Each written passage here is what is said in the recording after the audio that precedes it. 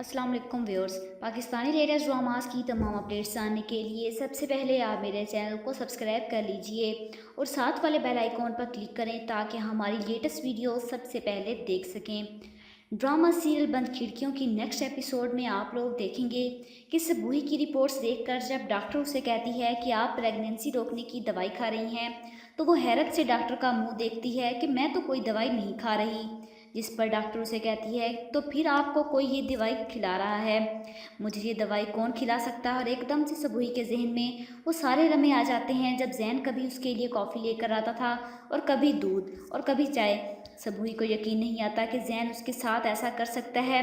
आगे आप लोग देखेंगे कि वो घर आकर अपनी मुलाजमा पर चिल्लाती है कि तुम किस बात के पैसे लेती हो, कपड़े धोने के या बर्तन धोने के, इसके अलावा भी कोई ऐसा काम है जिसके तुम्हें पैसे मिलते हैं। मीतू जो इसके पास आई थी उसके गुस्से पर उसे ठंडा करने की कोशिश करती है कि आखिर बात क्या है। जैन के वापस आने पर सबूही से कहती है कि तुमने घर की मुलाजमा को मुझे ये दवाई खिलाने के लिए छोड़ा था।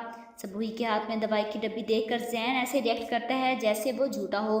सबूही उस पर चिल्लाती है कि तुम ये दवाई मुझे इसलिए खिला रहे थे ताकि मैं ज़िंदगी भर मां ना बन सकूं। जवाब में जैन कहता है कि हाँ मैंने किया ये सब, मैं नहीं चाहता कि अभी हम दोनों के बीच में कोई तीसरा आए। सबूही रोती है कि जैन तुम मेरे साथ ऐसा कैसे कर सकते हो, वो तीसरा कोई और नहीं हमारा अपना बच्चा होता। सबूही एक बार फिर से जैन को छोड़कर चली जाती है और अपने बाबा जान से कहती है कि मैं अब इस घर में नहीं रह सकती। आप लोगों को क्या लगता है क्या सबूही अब जैन से तलाक ले लेगी या नहीं? कमेंट बॉक्स में अपनी राय का इजहार ज़रूर कीजिएगा और साथ ही साथ मेरे चैनल को सब्सक्राइब कीजिएगा। Thanks for watching.